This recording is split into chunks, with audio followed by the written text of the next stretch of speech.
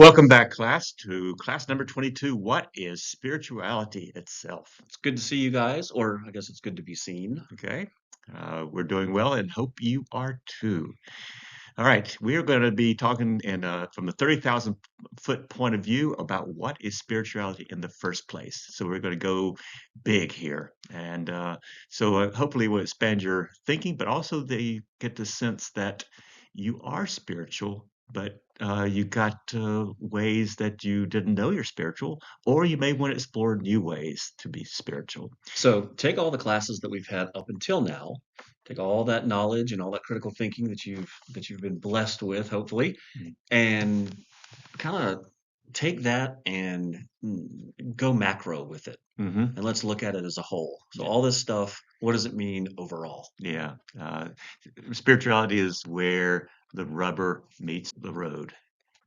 I include this graphic at the very first and the very last of this presentation because I'd like for you to find it. It's called the Tree of Contemplative Practices. I hope you'll Google that and just find that image, print it out, leave it on your refrigerator or somewhere where you see it a lot, and just look at it and study it. Because instead of the 6 ways of being religious or the 6 ways of getting saved, here you have, oh gosh, Hmm.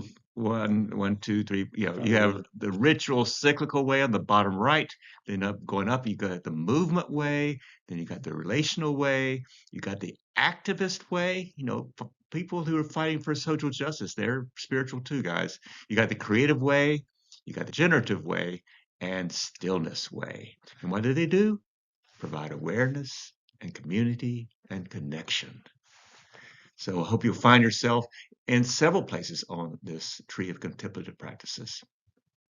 So one definition of spirituality is how your inner life meets your outer life, the inner rubber on the outer road.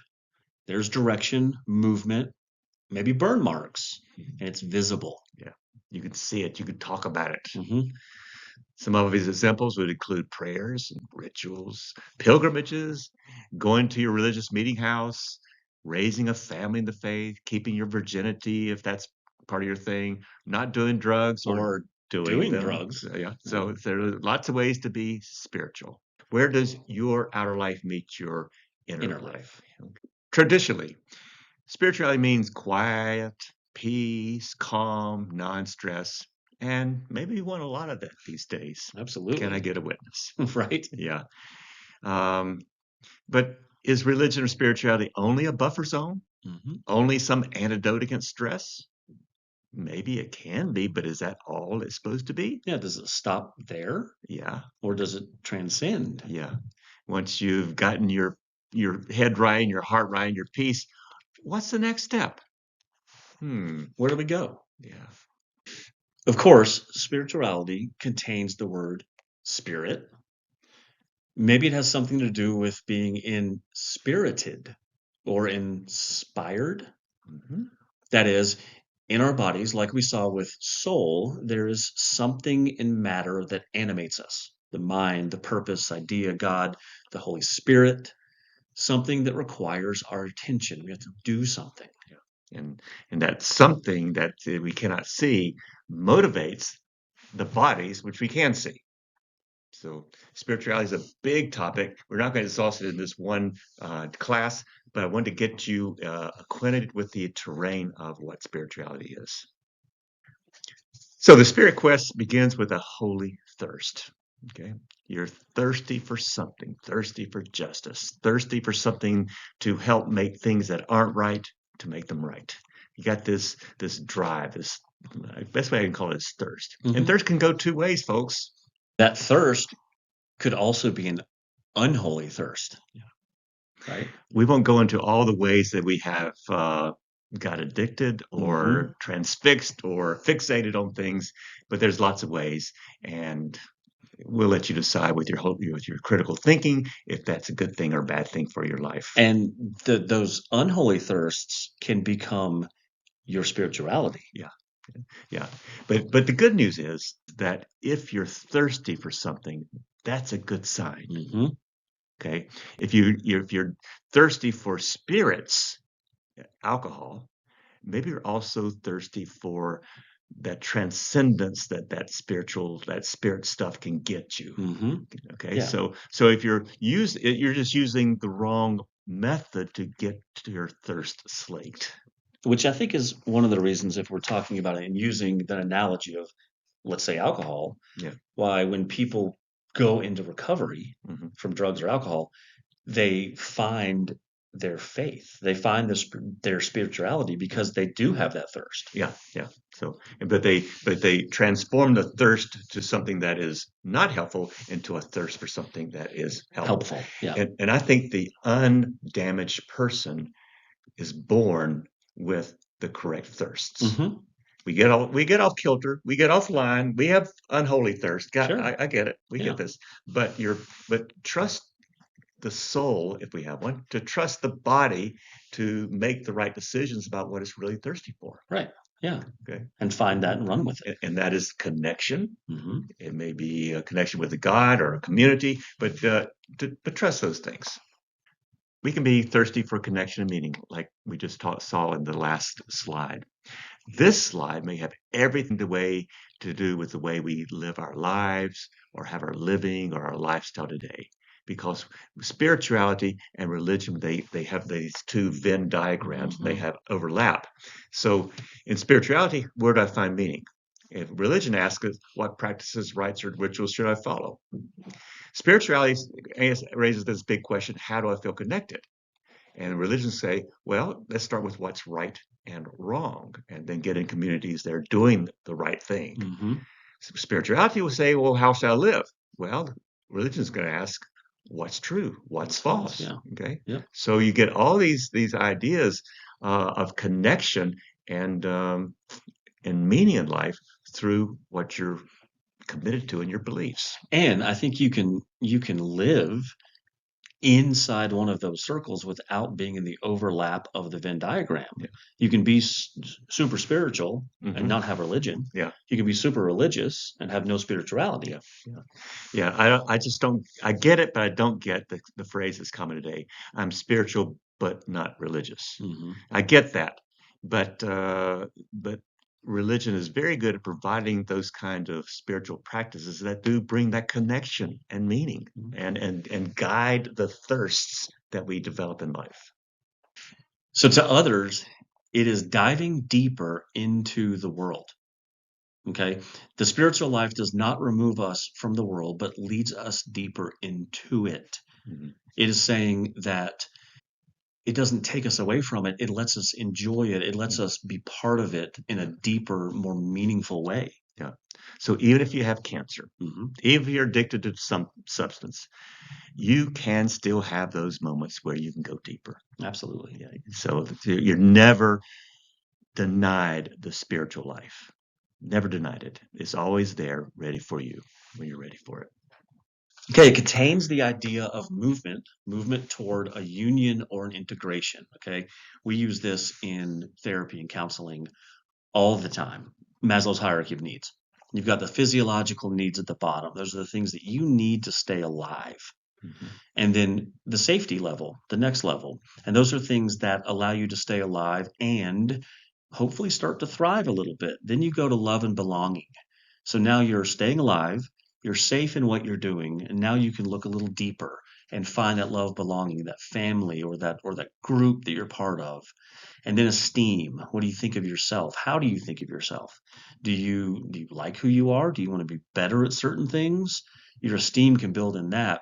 And then self-actualization is the top. And in therapy, we use this. If you're able to get to that point, to that self-actualized point of, hey, my life's okay. Like I don't one of the things that we always talk about is we don't have to have all this other crap, right? We don't have to have all the shiny as long as we can get to the point where we go, you know what, we're okay. Mhm. And to be okay, for me, you have to be spiritual. Uh-huh. So not are you saying that having a non-spiritual existence or denying the spirituality of your body, your mind and soul means that you are half human? Hmm. I don't know about half, but I don't think you're full. Okay. I don't think you're fully Wow. there. Okay. So you're saying there is a soul. Absolutely. Okay, all right. On this slide, you can just pause it. We're not going to be here long, but you can pause it if you want to meditate on any of these words.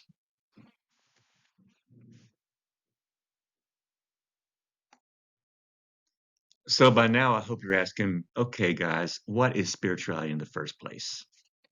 And this is just one slide. It could be 100 slides. We're just scratching the surface here. And we want you to engage in this class and say what's real for you. So, first of all, what is spirituality? Practices of the heart, the mind, and the body. You know, you got to have them all three. If you want to divide the body up into that way. It's also becoming fluent in understanding the nature of so many things, the living world around us, the more than human worlds, Mhm. right? Thus, spirituality is a language or languages that we become fluent in to come to honest and healthy term with our worlds. Okay. Yeah. Yeah. Fluency. Hmm. That's what we're after. To not deny the languages that are always coming at us from nature and from other people. And when you go traveling, you got other languages. There's fluency around us all the time. Can you read the room? Mm, Example. right. Okay. There's fluency in all kinds of things. And this is what spirituality is actually doing, is noticing that there's something else going around in this place and this time other than me and my stupid needs. No matter what is Yeah. going on, Yeah. Can there's you always. open yourself and get rid of your ego just long enough to understand the various fluencies in that room, in Mhm. that space, in that forest, in that river, on that mountain? Yeah, Okay. Can we do that? Basically, we're trying to make the invisible visible. right. I mean, we're trying to hear the harmony around one, You and yeah, around well, you. right around one, around us, and join in that choir. Yeah. Okay. It means knowing thyself. Hello, Socrates. Hmm. Knowing that we are destined with death before death comes. Because guess what? We never get out of this alive. That's right. But to know that we're going to die before you die. That's the critical part. And Hmm. if you got that question going at you every day, folks, your spirituality is quite safe. I do know that if you're thinking about what your death is, without being morbid, you're Right, saying there's going to be a time when I'm not going to be here. right. Just thinking about that and meditating on death and not being here is a pretty doggone good way of being spiritual. Absolutely. So mindful thankfulness at all times, which I'm glad I got to say that one because for me, that's that thing I've talked about, and ad nauseum about intentional positivity. Yeah. Okay. Yeah.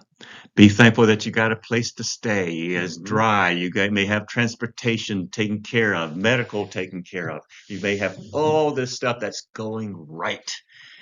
Why do we focus on the one thing going wrong all the time? I'm not just being a willy-nilly optimist here. I'm being realist. Why should we focus on one thing going wrong when so much is going right? Perspective, folks. Mhm. It's a spiritual practice. As we said in our class on spirituality, it's got the word ritual in it.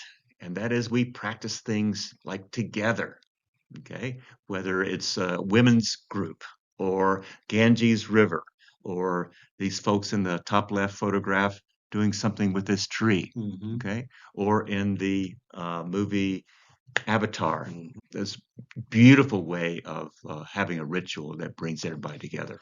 If you haven't seen the religion of Avatar, go back and look at that. It's pretty good. Yeah, watch it again and use what you've learned in this class There you go. to think about that movie. Yeah.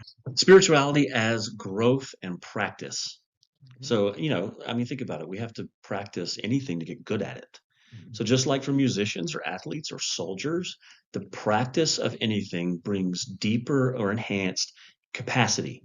It's almost like the more one practices, the more one can do. Okay. I mean, you don't see a NFL quarterback Hmm. who just woke up one day and said, "I'm gonna throw a ball." Yeah. You know? But I like that last sentence. The more you practice, the more you can do. Hmm. And I'm not saying just do something and be all super active and all that, but just realize that you build up that capacity the more you ritualize something and do it every day. And if you look at the benefits of spiritual practice over here on the right side of the slide, Yeah. look at the top. Yeah. Liberation. Yeah. Isn't that what, I mean, that's what I want. Yeah. Yeah.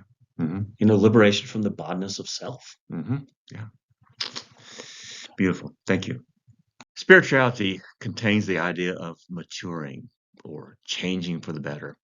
Ellen Bass said, and I think she's right, there's a part of every living thing that wants to become itself. The tadpole into a frog, the chrysalis into the butterfly, or a damaged human being into a whole one.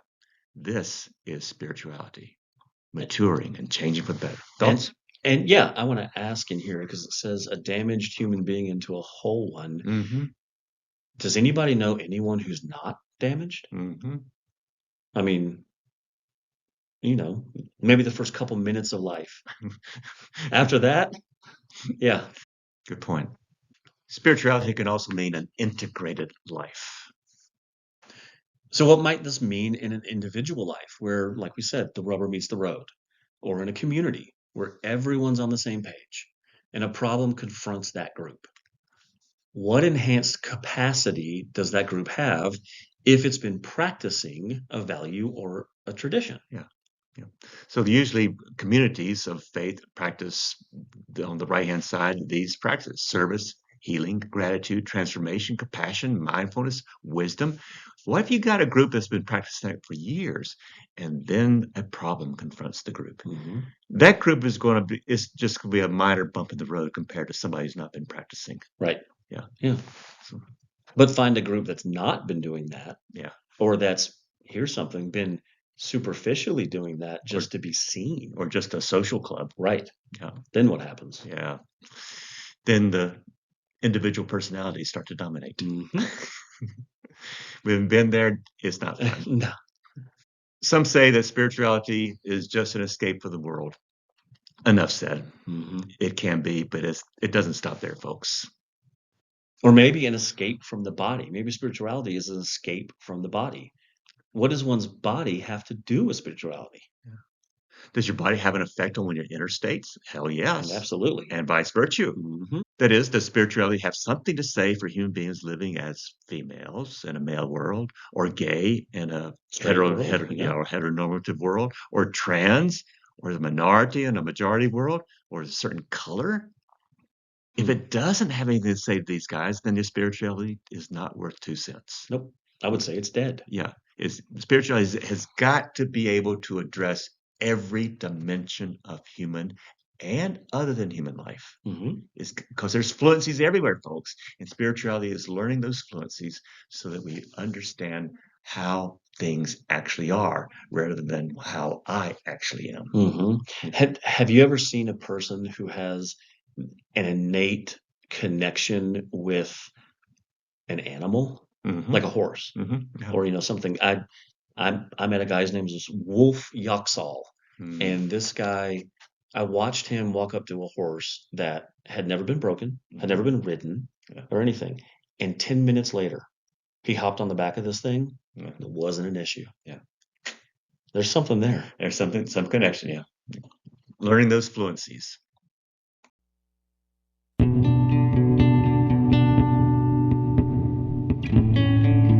This is my body. I have weather vanes. They are especially sensitive to dust storms and hurricanes. When I am nervous, my teeth chatter like a wheelbarrow collecting rain. I am rusty when I talk. It's the storm in me. The doctor said someday I might not be able to walk. It is in my blood like the iron. My mother is tough as nails. She held herself together the day she could no longer hold my niece. We said, our kneecaps are our prayer beds. Everyone can walk further on their kneecaps than they can on their feet. This is my heartbeat. Like yours, it is a hatchet.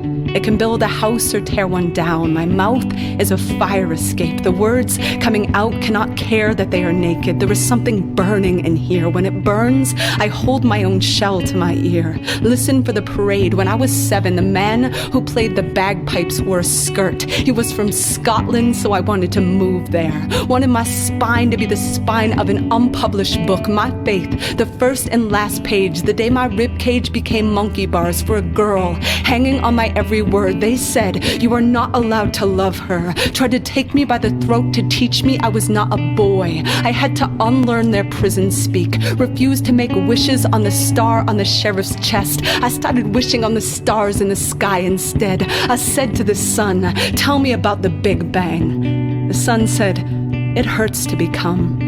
I carry that hurt on the tip of my tongue and whisper, bless your heart, every chance I get, so my family tree can be sure I have not left. You do not have to leave to arrive. I am learning this slowly.